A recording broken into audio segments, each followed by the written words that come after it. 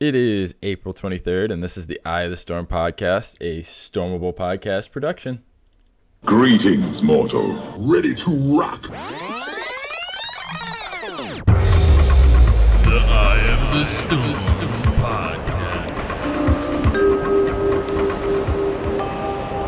Hold on. Darkness just texted me. Hey guys, welcome to episode number 6 of the Eye of the Storm podcast, Stormable's premiere podcast. I'm one of your hosts, Christian Ballmer, aka Lupen. And I am your other host, David Hendricks, also known as Yoshi. Yeah, here we go. Episode number 6. Count it, number 6. We're holding through, man. We're doing it. That's 5 more than 1. Good one. Yeah, I like that. And we can maybe even go 6 more than 1 if we're lucky. Hey man, hard work in the business. You gotta do what you gotta do. But hey, welcome guys to another episode here. If you want to check us out, go ahead and head on over to iTunes. I know we still have some people that check it out on YouTube, but we are on iTunes now, so full support there. Go to iTunes, get that podcast, and for you Android users, there's a couple different apps out there. That one I use because I have Android, that you can get a hold of our podcast maybe on the go if you're working out or whatever. Whenever. When do you listen to podcasts, David? Since I'm a commuter student, I listen to podcasts a lot when I'm driving. So that's easily the number one place because I don't always want to listen to some hype music. So just pop on a podcast, just listen to that, just cruise around. Right. Riding the bus. If I lived somewhere with like a subway, I totally would listen to it on a subway. Yeah, and I like music, but at the same time I like podcasts too, just because you can kind of learn some different opinions, different insights. You can go to them for news, but we make some. I like to think we make some good arguments, don't you? Oh yeah, definitely, man. Like our support of the Rainbow Unicorn. Your support of the Rainbow Unicorn. Let's get that right first. But no, the Rainbow Unicorn mod is pretty cool. I'll be honest. I really like the Cyberwolf though. I'm looking forward to the Cyberwolf. But we'll get into it. We got not that much news this week. It's kind of a lackluster week for news. Heroes wise, I mean, it seems like some of these weeks we have too much to talk about, and then other weeks we have nothing to talk about. Yeah, but I mean that's the way this game's gonna be probably for a little bit, just because the game being in the alpha stages where this game's changing every other day, because there's a bug here, fix it, or nerf this hero, nerf that, buff that. But yeah, nothing too crazy, just little things. And yeah, there was something it's a relatively large event that we can talk about. Oh yeah, there is a big event. For those of you that don't know, Blizzard does host this thing called BlizzCon. Crazy little thing. I mean, my first year hearing about it, not really, but it's more of a dream I have of maybe making it out to Anaheim to go there. But yeah, their convention center they held every year. They're actually showcasing some tournaments. That seems to be a really big focus this year, which is great. I mean, Hearthstone tournament. Kim Fan said, the senior manager of esports at Blizzard, which they have an esports senior manager, which I think is awesome, tweeted that there's going to be a Heroes tournament. Nice. Yeah, that's going to be really good because, for a game like this, it really needs to get its footing early. And similar to another game that came out a couple years ago, releasing where it had a huge tournament at a really big event. So it'll be good to see. Good to see, how people are going to play, what they're going to pick. It's going to be nice to see everything. Yeah, I mean, Hearthstone had something similar to it when it first started up. If you remember, I know Crip and Artosis were the big two people going head-to-head in the finals, but I'm pretty sure it was still in the beta. Yeah, it was definitely still in the beta at that point, and that was a huge thing for the game. But you're looking at Heroes, this tournament being at BlizzCon in November. I would seriously hope that the game is out by then. I can see closed beta, or not, or I shouldn't say closed, but open beta by then. You think? See that. maybe. Really? Yeah. Really? I mean, it's with the 4th month. That's how many months away? That's 10 or not 10. Jeez, 6 months away. No, 11. My math is all wrong tonight. 7. Let's 7 see. months away. We're in April. This is November. Yeah. 7. Yeah. So I mean, yeah. I mean, It's Blizzard, so you really never know when it's truly going to be out. Whenever they feel it's ready. But hey, we can hope for the best. Looking ahead, only really thing we got this week, weekly news-wise, is hero rotations. Looks like there are some people that have already been in the rotation, but if you didn't get a chance, go ahead and check them out. Tychus, Tyrande, Stitches, Diablo, Nova, and Raynor. And there was an interesting little topic on Raynor, too. I don't know if you caught that, David, but they're making Raynor free for everyone from here on out because the tutorial you play as Raynor, so they feel as though like that they want to keep that going into, if you want to play against the AI and you like him, go ahead. He's like the noob character, if you will. Yeah, which is really good, especially because when you're first starting a game of this genre, it can be difficult trying to find a character that suits your style. And it's good that they make characters suitable for beginners free. Like Raynor, he's a strong character, but he's also a character where it's like, all right, we can start, and then you start your way up the totem of easy to play but hard to master. Yep. I can only hope that he stays that way too. He looks and plays just that way, very easy, but he's also pretty overpowered from at least when I played a little bit, and from I know on Reddit I've seen a couple posts about that, but he seems pretty overpowered. So, well, not overpowered, I shouldn't say, but going back to that, what you said, easy to play, hard to master, that aspect. But I know when we were playing Dota, that was the biggest problem I had with Dota is I was like, what character should I play? And I got like 8 different recommendations on different characters I should play. Yeah, that is like, it's almost like you would call that a first world problem almost, where it's like you have literally every option in the game rather than like, oh, these are new people you should play. Right. There's game modes that are like, I recommend these people, like limited heroes, where it's like 20 that you can pick from. But yeah, and that can be a downside to having everyone available. So. Yeah, you're right. Too many options is sometimes a bad thing. I have, definitely seen that. But anyways, that's really all we have. Weekly news wise for Heroes of the Storm, that's it. So we'll keep you posted as things come out. But Stormable news wise, no new guides on there. We do have some news articles with a couple opinion good stuff there. Check that out. And then I also talked to our lead guide designer, the guy that did the Abathur guide.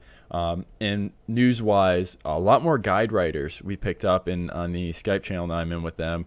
A lot more faces I'm seeing, which is great. That's just something else we want with that site. We want to get you guys great quality guides from people that are playing the game, that are, they're finding different ways to play each character, just everything. They're doing the research for you. They're checking it out. They're giving you some great guides. Please check it out. And then I think we're also looking to the future. I think this is what Jason meant by it, but then an alpha version of our guide submission in the future. Just letting really anyone, if you want to go in there and you want to submit a guide on something, we can take a look at that for you. If you feel like you want to write guides, if David decides, hey, I want to write a Illidan guide, bam.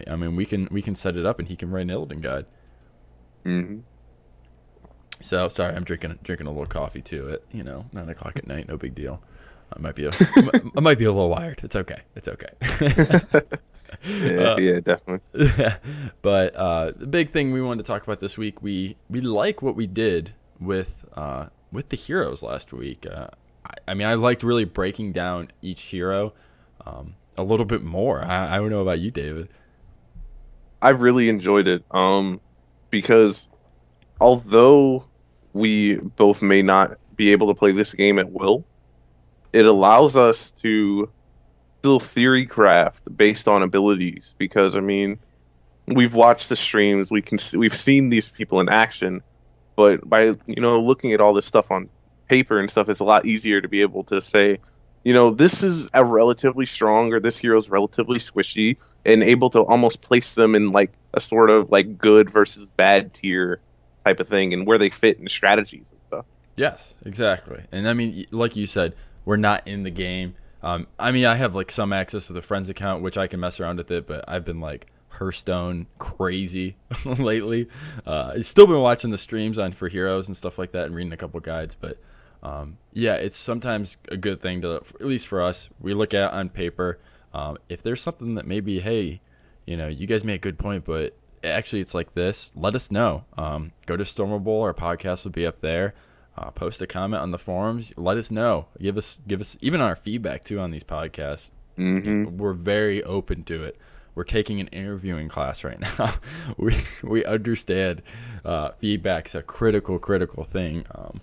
But we're just gonna keep doing what we're doing. So, you know, thanks for listening. But for our strategy section, we're just gonna start doing this quick character breakdown, and we have two that we're gonna take a look at this week. One's a specialist and one's an assassin. So we'll start with the assassin, because I know David was a little interested with this character from the get-go. Oh yeah, definitely extremely interested, just based off of Warcraft. Yeah, he's our homeboy, Illidan Stormrage. Yes, Illidan Stormrage. Great. I mean, for those of you who are WoW players, great background. Just the whole lore aspect. I hope to see him again in future WoW expansions, because supposedly he's still around. But we'll have to see. But hey, we'll move into his abilities. We are checking these out at stormable.com too. We have all the hero abilities up. They're still working on the talents. I know they wanted to get a nice talent calculator out to you guys to mess around with. But we'll just start from the top. His ability, first one, is his Q ability. Self-cast Betrayer's Strike, 9-second cooldown. Illidan's next basic attack does damage and applies the Mark of Azeroth to the target. Seems like a pretty basic ability to me. Yeah, that mark is that's probably it's one of the more interesting aspects to Illidan. Mm-hmm.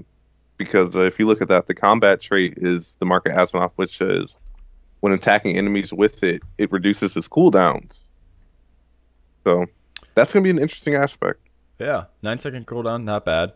I mean, it just, his next basic attack does a little bit more damage, something to kind of use on cooldown for a melee character, which, I mean, it's nice. And also, as you're hitting him, it's reducing the cooldown too for that, which is even better. Yeah, it reduces the cooldown by 0.5 seconds. So yeah, so I mean, it's just that mechanic of that hero, and then it kind of complements the rest of his abilities. His W1 is crescent sweep. Sorry, you actually target the direction you want to do it. It's a melee range, and then 10-second cooldown with a it's like a cone. I didn't mess around with this. You do actually pick where you want it, and then it does the sweep, obviously. But it deals 56 damage to enemies in a target area, and then enemies with the Mark of Azeroth take an extra 25% damage and are silenced for a second and a half. I like that. I might be sold just on that ability right there. Yeah, because it's strange, because it allows a DPS person like Illidan, it gives them some crowd control with the silence, and that's an interesting aspect. Because I mean, there's a handful of heroes in Dota who you would be portrayed as carries but have a disable like that. Because normally they're given escapes, and Illidan does have an escape, which we'll get to later. But this is almost like a survivability move for him. Yeah, I mean, it's kind of stops them right in their tracks, increase the damage on them a little bit too. I mean, and it's an AoE too, which is never a bad thing. I mean, especially with dealing with creeps. Yeah, and it's a good wave clear for him. So when that late game push is coming, just keep using this. And as far as having the Mark of Azeroth as well, that helps him being able to constantly use this, because the cooldowns are just going to keep getting reduced and reduced and reduced. Mm-hmm. It's just one more thing in his arsenal. I mean, he's all about that. He reminds me a little bit of Rogue. like a rogue type class in that sense. These are just reducing cooldowns, but still. Then his final ability is his E ability is lunge. We were talking about escapes. You lunge towards the target location, so you actually target the location. Deals 50 damage to the first enemy hero in its path, and then lunging into an enemy with the Mark of Azeroth reduces its cooldown by 50%, and then roots them and flips Illidan behind them. It's like a freaking shadow step, cooldown reducing, damage dealing, wombo combo. You talk about getting into someone's face, and you talk about this ability. So much chase. Like you're not going to be able to get away from this. No, because you're saying that he lunges towards you, and if he hits you with it, this drops down that cooldown to 4 seconds, and then another 4 seconds he'll just do it again, and you're going to be constantly getting rooted. He's always going to have good positioning advantage. This is an interesting chasing and escape mechanism. That's insane. I mean, I could see why they gave it to him like that, but yeah, you're right. You freaking you jump someone, and then you can just get away whenever you need to, if you actually hit the enemy hero. But still, I mean, it's crazy. I personally I like him even more just based off even of his basic abilities. Yeah, that's definitely my favorite of his 3 basic abilities, because I like I said this earlier in the podcast, is that I am a huge fan of mobility. Like, give me all the mobility in the world, and I will have just the time of my life. You just run circles around people. Yeah, just like, oh, I'm over here, I could see a lot of people getting pissed off playing against you, David. Yeah, I like to have fun. I think the better statement is, I like to have fun by annoying other people. Yeah, it's cool. Hey, it's part of the game, though. I'll admit I like to do the same thing. But his 2 heroic abilities, his big one, the hunt. Illidan launches himself at a target enemy. Another, just like lunge, deals 75 damage and then stuns them for 1 second, and also applies the Mark of Azeroth too. It's like just another kit to his arsenal. If you want to use lunge to get away, use the hunt to literally hunt him down.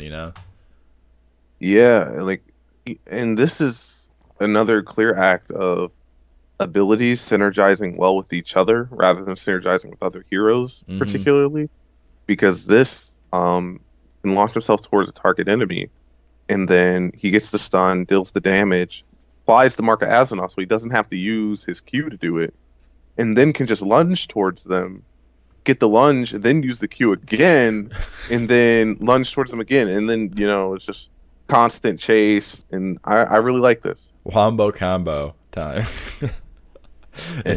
I mean, that's part of the class, though. You want something like that with him, I think. Yeah, definitely. As far as an assassin, you're not going to be in there trying to just like, I'm the man, you can't kill me. It's going to be like, all right, I'm gonna pick you off right now. Oh, you thought you were gonna get away? No. Gonna stun you. You think you're gonna kill me? Ha ha! Never mind. Fun times. We have to definitely check that one out. But his other heroic ability, which is like the coolest looking one in the game, probably besides the Barbarian's avatar, but Metamorphosis. It's for those of you that play World of Warcraft, it's similar to Demonology Warlock's get Metamorphosis, which looks similar to this, but it transforms him actually into a demon. It has a 100-second cooldown, and what it does is upon impact, deals 200 damage in a small area, applies Mark of Azeroth to everyone in a larger area, and then for each hero struck, gain 150 temporary maximum health. Also grants 30% increased attack speed and lasts 18 seconds. That seems like a lot of stuff just to go into one ability. Well, thing about it is that I'm gonna assume that it makes him a ranged hero when he does this. And so he's gaining ranged. He's gaining movement speed. This is true. Bonus temporary health, and he's putting Mark of Azeroth on you. This also synergizes well with lunge too, and it's a lot of damage, and this is the all right, let's fight type of heroic. Yeah, it's, where you're sticking around. We keep going. Sorry. yeah, you're just gonna knock, you're just gonna be like, oh, you thought you could kill me? You thought you could kill me? Ha! Nope. Nice try. Nope. Yeah. I mean, this is like just, I think, another like good thing in this toolkit. It seems overpowered. Like, to me, if I was going up against someone and I saw Illidan pop Metamorphosis, we'll just say a random here, I'm running the other way. Like, screw that. Like, I'm not sticking around just to get like chased down, then to get stunned, chased down, stunned. Like, that does not sound like fun to me. Yeah, that's the thing. That's why I think that Blizzard had a solid idea of what they were doing with this spell, because it's got an 18-second upkeep, which means the real time cooldown of this spell is 100 minus 18, which is 82. Yeah. So it's still it's not going to be something. It's like, all right, we'll have almost a minute and a half to fight before he gets Metamorphosis back. Yeah. I mean, that's not a bad cooldown, I'd say. I mean, it's going to be up for most fights, and for longer fights, you could even think to push it to twice, maybe. But that's better. I mean, that's like a normal. At least, let me take a look at the other hero we're going to look at. But that looks like a normal for most heroic abilities. No, the other one we're looking at is 80 seconds. Okay, still, I mean, not bad. I think what we failed to miss or hit on this last week, but I think we're gonna take a look at talents too. Walk through some talents and kind of see what you would pick. Looking at the first tier, I don't know, what would you say would be your first pick playing Illidan? What would you pick, David? Probably, I'm really big about mobility and mobility spells. Mm-hmm. And if I could deal 30, I would probably take Lethal Trust, dealing the 30% damage. But that's if I wanted to have fun. If I were playing, I would say getting the regen is more important at level 1. Just because it allows you the ability to stay in lane and still regain health without having to lose a lot. Yeah, and that's like the hard thing to make a distinction in any game is it worth it to pick up something that will get you more health when in reality you might not even need that health, and you could have went with, like, let's say Path of the Assassin grants 2 extra attack damage for every level gained. You could have used that later on, but then you're running the risk, I don't have regeneration mastery. That's why I think Blizzard wants to implement this system. They want to put you in that uncomfortable situation of making those, is this going to pay off in the long run kind of choice. Yeah, it's just looking at it, it's like, because Betrayer's Mark, increasing the cooldown per attack per 1 second, that's another thing where it's like, okay, maybe. Yeah, that's not bad. That actually looks pretty good. Yeah, you're going to be running through a lot more mana, or you're going to just be using up a lot more resources at that point. But yeah, still. It's just like, Path the Assassin, it's definitely, that's the clear-cut scale the late game thing. Oh, I even lied. He doesn't even have resources. He's just going strictly off cooldowns. So if he's going strictly off cooldowns, that might be a quality choice. You're constantly using your abilities the second they're off cooldown. I mean, I'm leaning towards that one a little bit more now. The next one, I personally like things that, you said you like regeneration mastery. I like whenever I attack to heal. So Vampiric Assault, that would I think I might like that a little bit more, where my attacks are going to heal me. So if I'm beating the crap out of you, I'm healing myself also. Yeah, as far as the way I would think Illidan would be played, Vampiric Assault makes sense. It's because it gives you lifesteal, which gives you more survivability in fights. So that's definitely an important thing. And then you got his Thrill of the Chase. Each nearby enemy with Mark of Aznath gives Illidan 10% movement speed, stacking up to 3 times. I could see that one not being a bad thing if you combine that with his Crescent Sweep, and apply those Mark of Aznath, and then you hit 3 creeps, boom, 30%. Good escape mechanism too. Same Yeah, with man. He's got a lot of mobility. And yeah. that's good to see. It is. I mean, you're talking about you love mobility, and you were already looking at Illidan. He's looking good, man. Yeah, as far as his traits and stuff, I'm really liking him so far. Yeah, and you got first aid in the next one, which it's just a strict activate to heal 7.9% max health over 4 seconds. Not bad. We go back to they give you a healing option each talent, which they all seem like they have different healing benefits. But then you also have evading lunge. After lunging, dodge up to 2 basic attacks, a little bit more defensive. And then Betrayer's Fury also increases Illidan's attack speed by 30 seconds every time he uses Betrayer's Strike, which I don't know. Which one would you choose? I'm kind of leaning towards Betrayer's Strike because I just like to see more damage. Maybe that's just me. Oh yeah, yeah. That definitely helps out a lot with his DPS. Mhm. If you were in a team fighting type of game, I would say evading lunge because that will give you more tank ability, being able to evade those 2 attacks. Yeah. And then first aid, it could be useful depending on the situation, of course. Yeah, it's one of the. It could be just like any of the other healing things. Most of these talents are, it could be going a certain way, but level 10 too. That's when you get your either metamorphosis or the hunt. You get to choose from, and it looks like the hunt does have a 60-second cooldown too. I didn't see that, but then 13, you either get Spell Shield, which just reduces damage received from hero abilities by 50%, stores up to 2 charges. Giant Killer, you pretty much deal, basic attacks against enemy heroes deal an additional 1.5% of the target's max health and damage. Not bad. And then you also have Curse Strike and Emulation. I'm trying to look at both of these here real quick. I kind of like Emulation a little bit, just because it sounds cool. Yeah, And yeah. The AOE around it. Yeah, it also reduced, but its cooldown is also reduced by 2 seconds, which isn't bad either. Yeah, and then you have Curse Strike, which increases the silence to 2 seconds. Oh wow, I didn't even see that. Jesus. I would think that if you were to go Betrayer's Fury at 7, you would pick up Spell Shield at 13 Yeah. because that will cover more tank ability, I'd say. But if you went evading lunge, I think it'd be safe to go like Immolation or anything like that. Yeah, just to kind of complement it because you've already chosen those other talents.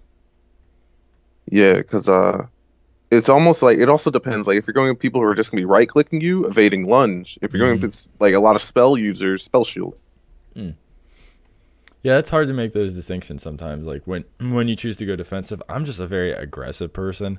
So to me, Spell Shield, screw that. I want to do, Giant Killer. I want to do more damage. Yeah. And for him, since he is an assassin, I guess it would depend on the group comp and also who you're going against too. All these are very situational. So I mean, all we can really do is just bounce these ideas around and see. Oh, it could work great in this comp, and it could work horrible in this comp. Tier 16. Looks like you either have Blood for Blood, you activate it and steals 50% of the enemy's max health and slows. I like that. Yeah, that's pretty good. 15% of their health combined with, we'll say everything but his heroic abilities, and you could probably get close to killing them. With his heroic abilities, they're dead. Like, that's ridiculous. But then the other two were Stone Skin. You activate 30% of your max health and shields for 5 seconds. Not bad. Good defensive one, just like any of the other options you get in each talent. And then Berserk. Activate to increase your attack speed by 50%. Not bad. And movement speed by 10% for 4 seconds. Those are all great utility options. Yeah, it's almost like Stone Skin as if you're, getting focused down a lot. It reminds me of a item in Dota called Black King Bar, which makes you magic immune for 10 seconds. But like gaining 30% of your max health and shields for 5 seconds, that sounds pretty good to me. Yeah. But Blood for Blood is the slow, that's what I'm thinking. Like that slow and then more lifesteal. I like that idea. Yeah, you combine those with this other, lifesteal ones up here that he has a lot of healing. I'm starting to notice that like they give him a lot of options for healing. Yeah, they give him a lot of options, but he does have 830 base health, which is it's okay compared to other people. Mm-hmm. I mean, yeah, that's a good point. And his level 20 abilities, I'm not like too particularly fond of. Most, this I don't think this is outdated, but most people have at their level 20, they have something that complement their heroic abilities, their heroic abilities. But he just has the basics, it looks like, for now. Either Fury of the Storm, which just basic attacks bounce twice to nearby enemies for 50% damage.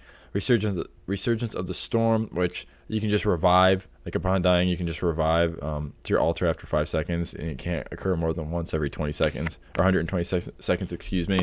And then Bolt of the Storm, you can just teleport to a nearby location. I don't like any of these, I'll be honest. I could see the Resurgence of the Storm being good, but you shouldn't be dying, or you hope you aren't dying. And then Bolt of the Storm activates to teleport to a nearby location. That could be pretty good too. That could be decent as far as like defending push or something like that. Yeah. But I think the cleave from Fury of the Storm, like I feel like that's a ability that should be like higher up. Oh, like it should be like closer to like level 10 or level 7 or something. I think 13 would be a good area for it. Yeah. But it also depends as far as like how big this AoE is too. Because if that's the case, if he's doing that much damage, he's just killing creep waves like nobody's business. Yeah, but should he be later in the game at level 20? You know what I mean? Mm-hmm. That's where I have the problem with it. I understand why you put it at 13, because that is a good spot. You put it any earlier at 1, 4, or 7, and everyone is choosing that. Like everyone, like just when you're farming like XP at the beginning, if you get Fury of the Storm at level 4, like how much does that increase the damage you're doing to creeps? Like yeah, because the thing is, at the time you won't be doing that much, but late game it's gonna be wrecking. Right. So I'm interested to see what they're going to throw in that tier 20 to complement his heroic abilities, but we'll see. Overall, give me a 1 to 10, David. Where do you rank Illidan as far as like an overall class or overall hero? On my scale, as far as like looking at his like player, his I guess like skill set and everything, I'd probably give him an 8. Due to the fact that he has possible DPS, and he also has mobility, and he also has a way of like building some tank ability, so he doesn't just die instantly in fights. That's respectable. 8. Yeah, I was gonna get like a 7 or 8. He's not too crazy. He is an assassin, so I expect him to be able to kill most heroes outright. And if he's going against a specialist, unless they're playing like an amazing specialist or like an amazing warrior, then yeah, I do expect him to kill people. But yeah, until I see his heroic abilities, I got to give him like a 7. I could see maybe going to an 8. But here you are talking about tanking, and our next person up is Sergeant Hammer, who is a girl. Fun fact about Sergeant Hammer, she's got 770 base health, which is lower than Illidan. But she scales greater in the late game.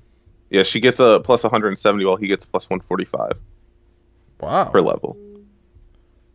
That's not bad. Yeah. Obviously in the beginning of a game, you necessarily don't need a lot. But if you're scaling faster than everyone else, especially, you got to think too, tank should have a lot of health, like a tank. A literal tank, right, right. So we'll move into her abilities. Her big one that's going to be for any of those StarCraft players is Siege Mode. So it works kind of the same way. Has a 1 second cast time either way, but essentially you can either go Siege Mode, which in Siege Mode increases attack range by 4, so a little bit long extended range, and then attack damage to minions or structures by 30%, a little more damage. And then attacks also do 25% splash damage, but the only downside to this, because there always has to be a but, is you can't move. So you're running a risk a little bit going siege mode, I think.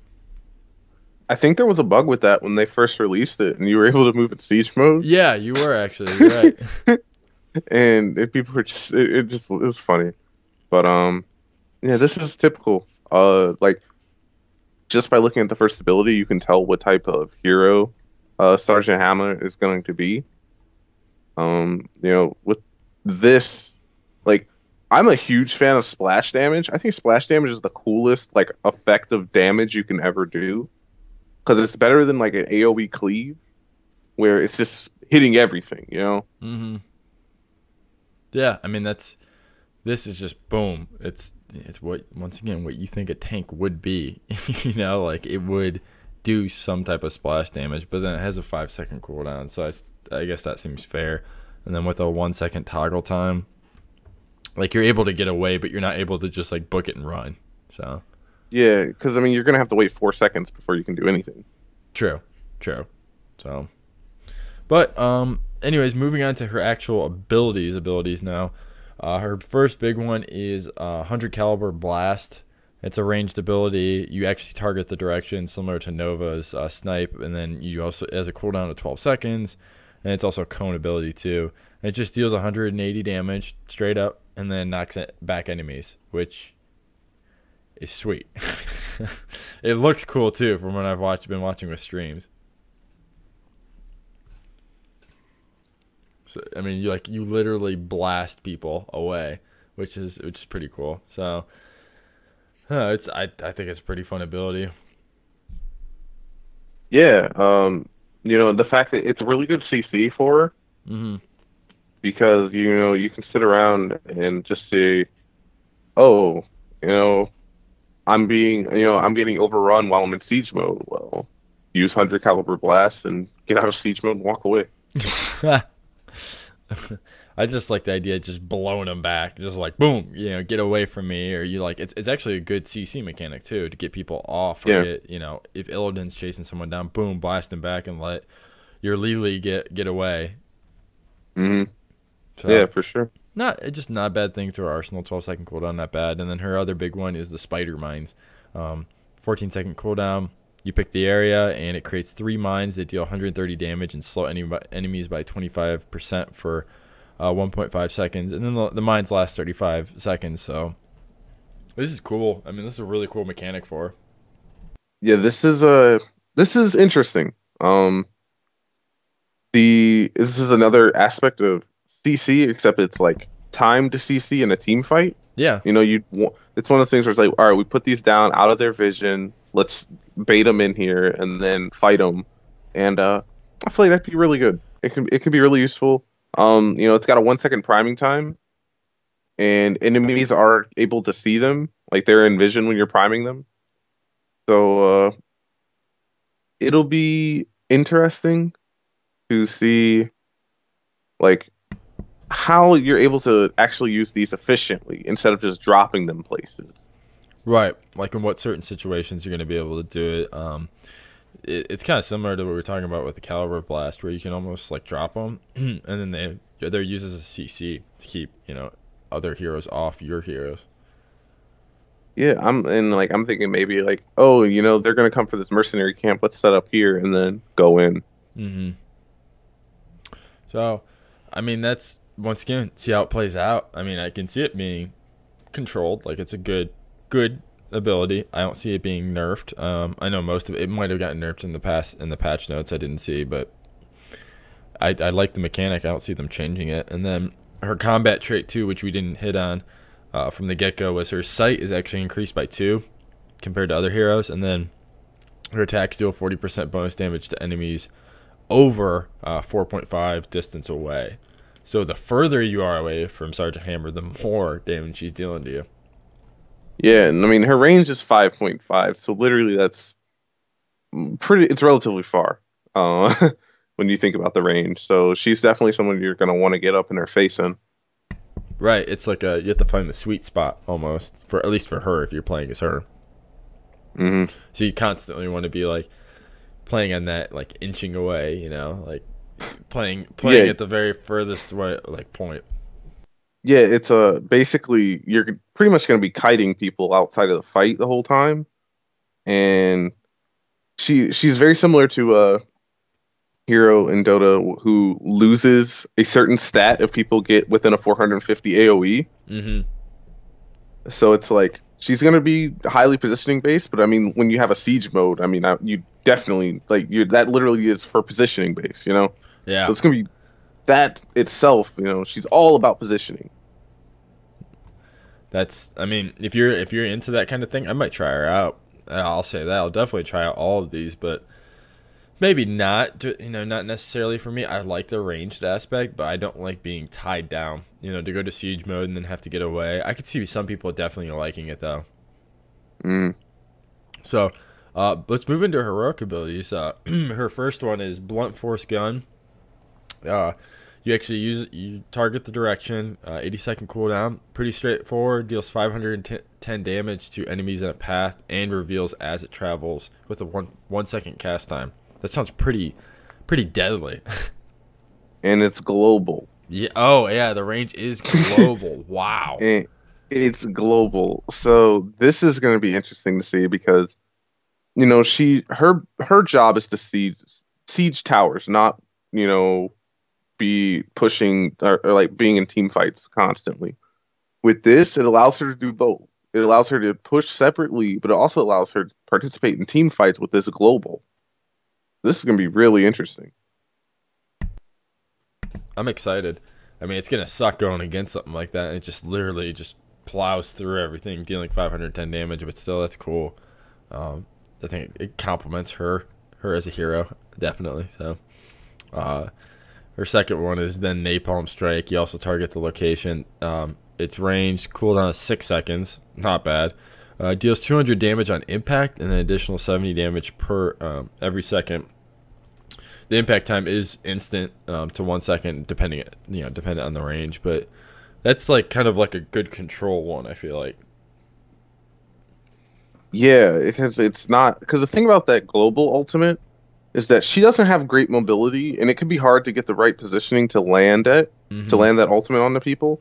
While with Napalm Strike, it's probably a more consistent ability, and it also has an extremely low cooldown as well. So, yeah, very true. I mean, that's not bad. 6 seconds too. You could literally keep firing that off, and she does use mana, so she could run out of mana just easily for spamming that. But between that, Spider Mines, and the 100 caliber blast, I could see some tricky plays. Like you line up your Spider Mines into a Napalm Strike, and then 100 caliber blast them right into it. Like, wow.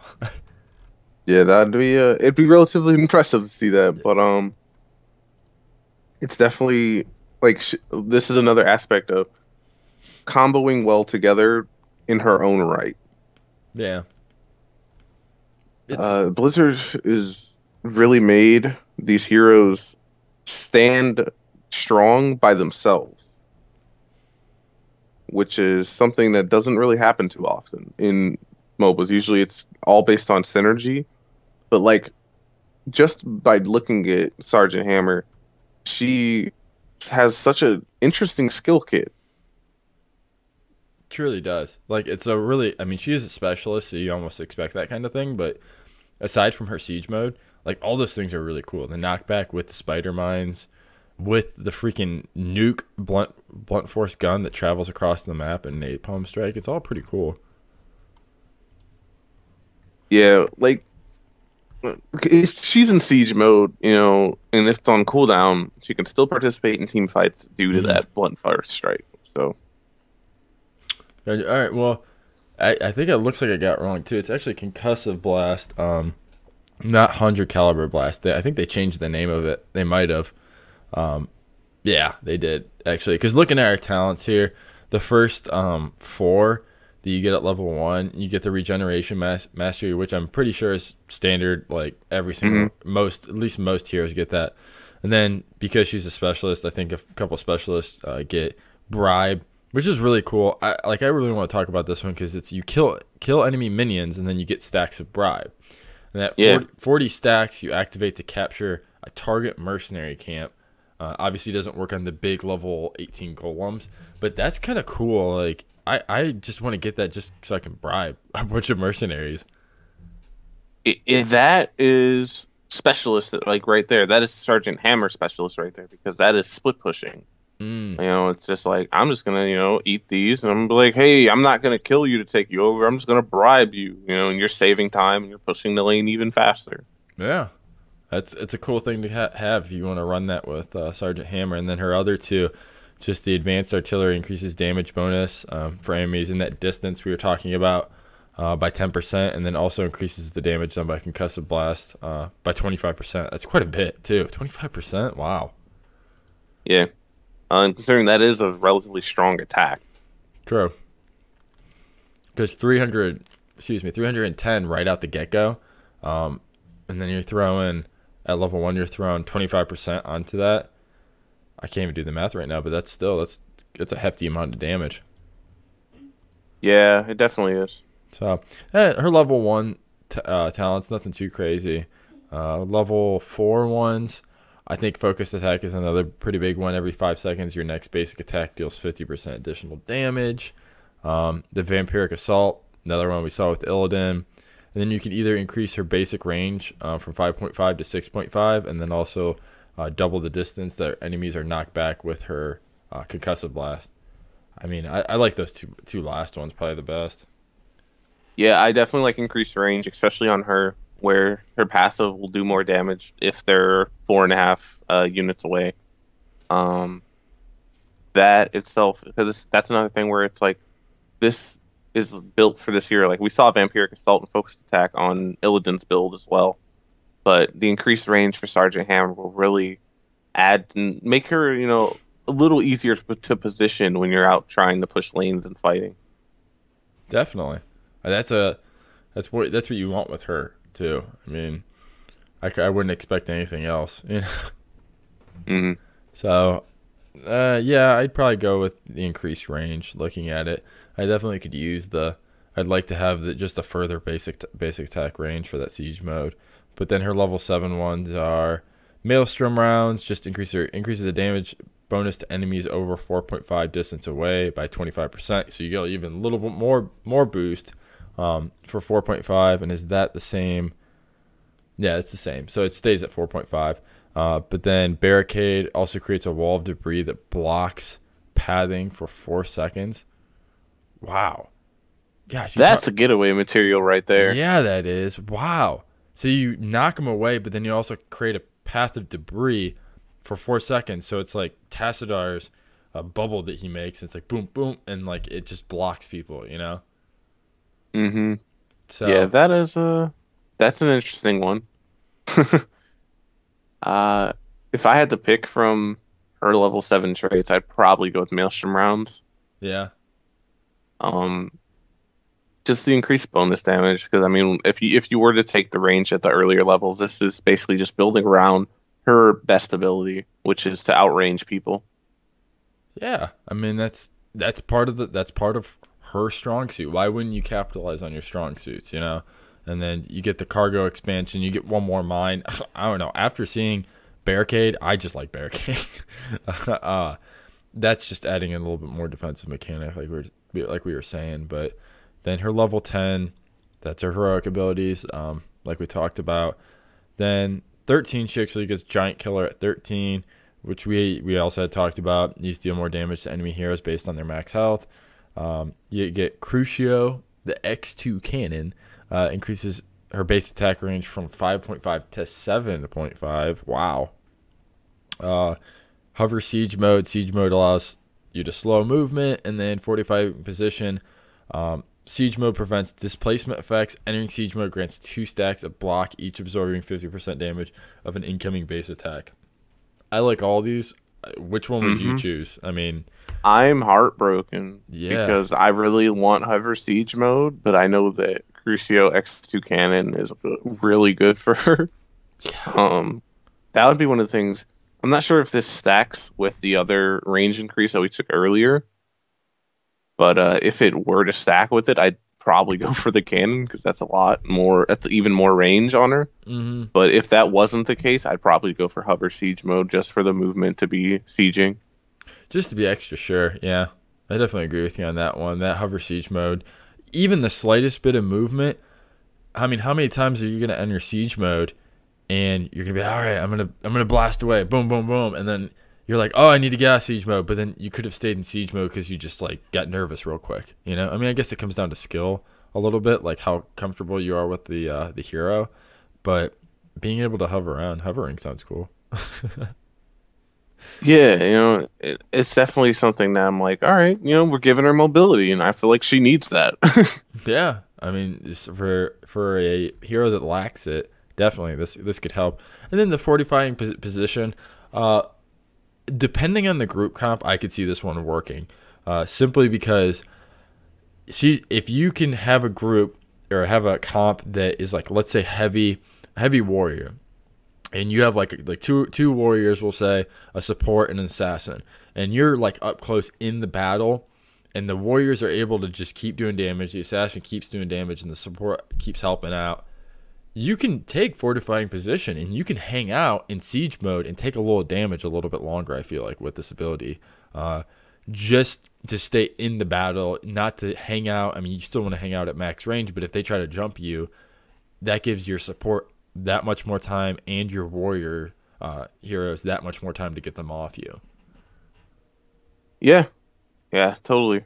And this is one of those things that we constantly bring up is, adding to what she does right. Mm-hmm. And that's where you have to make the decision too with some of these talents, and why we're speculating on some of them. Because would you rather increase something that you're already great at with a hero, or would you rather work on something that you're not that great with a hero?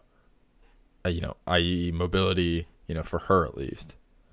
Mm-hmm. So we'll just move right into her second to last one at 16. Executioner, I'm pretty sure some heroes get this one, but base attacks deal 50% more damage against slowed, rooted, or stunned targets. Minefield, you could go up to 2 mines. So if you're looking at cargo expansion and minefield, how many freaking mines is that? 6? 6 mines. That would be 6 mines. Yeah, and then you're looking at, you can either get slowing mines to actually slow, the slow is increased to 40%, or you could get stone skin, which we brought up with Illidan, just 30% of your max health and a shield for 5 seconds. I mean, I'll just take this one. I mean, I think that the minefield would probably be the best. I've used Executioner before, and timed with, like, you could do spider mines, and then you're doing more damage because of Executioner. I don't know. What do you think? I really like the 40% slow from slowing mines. I know I said that I probably would take Maelstrom rounds at level 7, but looking at slowing mines, I'd probably go for the cargo expansion to take that one more and to grab it so that I have that 40% slow, because 40% slow is relatively, I mean, it's better than like 15, Yeah. And I really feel like that'll be good. I would never go stone skin on her because I wouldn't plan on being in the middle of a fight.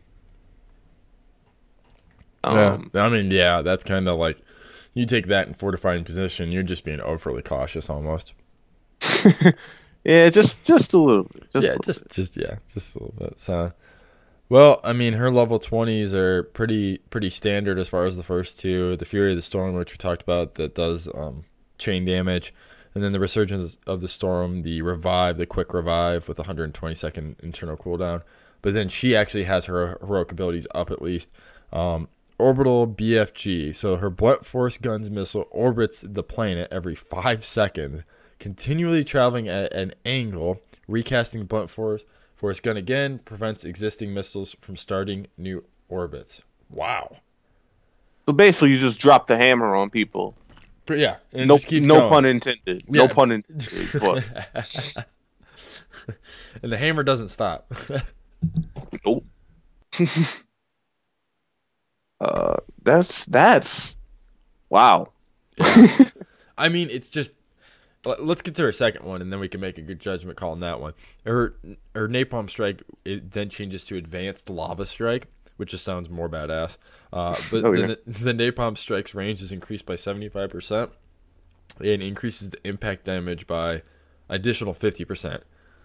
Wow. I mean, I still like the other one better. Like, I gotta be honest. I still like Orbital BFG.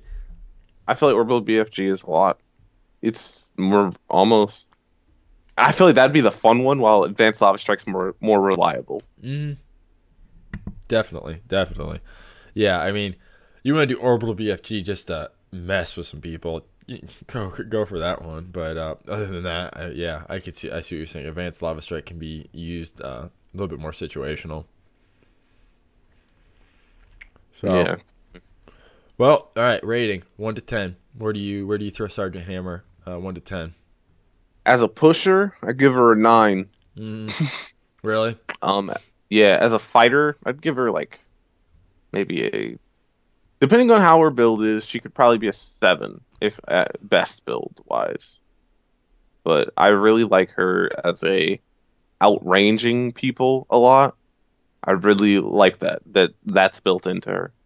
Yeah, it's a cool aspect. You talk about having like Valor the Demon Hunter, Tyrande, or Nova, and all that stuff, and that's definitely a cool person to see. Really capitalizing that. Yeah, I give her. Yeah, if you're talking about lane pushing, she's probably one of the best ones in the game. Overall, I'd probably give her. I don't know, maybe a 6, just because I like her abilities, but I feel like other than the Caliber Blast, a lot of the other ones are too situational. Yeah. Like Siege Mode's definition of situational right there. Spider Mine, same thing. I feel like Blunt Force Gun and Siege Mode, or Blunt Force Gun and Concussive Blast, are like 2 spells that you'd like to be able to use whenever. Yeah, I mean, you'd like to just keep firing them off, but still, the cooldowns on them aren't necessarily horrible. So, but well, guys, that's all we got. I really like doing these hero breakdowns. Now that we've added the talent section, I think it really adds something else to it. I mean, what do you think, David? Do you like it? Yeah, I definitely do, because this allows us to look at what Blizzard thinks this hero needs that they could not fit into 4 abilities. Right. I mean, you only have 4. It's not like World of Warcraft where you have like 20 or 30, you know?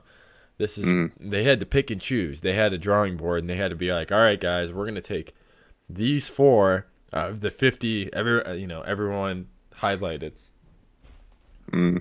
So, well, hey, thanks for listening, guys. Episode number 6. Check out Stormable.com too for any new guides that we have coming out. Like I said, we got a lot of new writers over there. Our podcasts are up there too, so check those out. They're also on iTunes. Check them out there too. You type in Heroes of the Storm. We're right up there.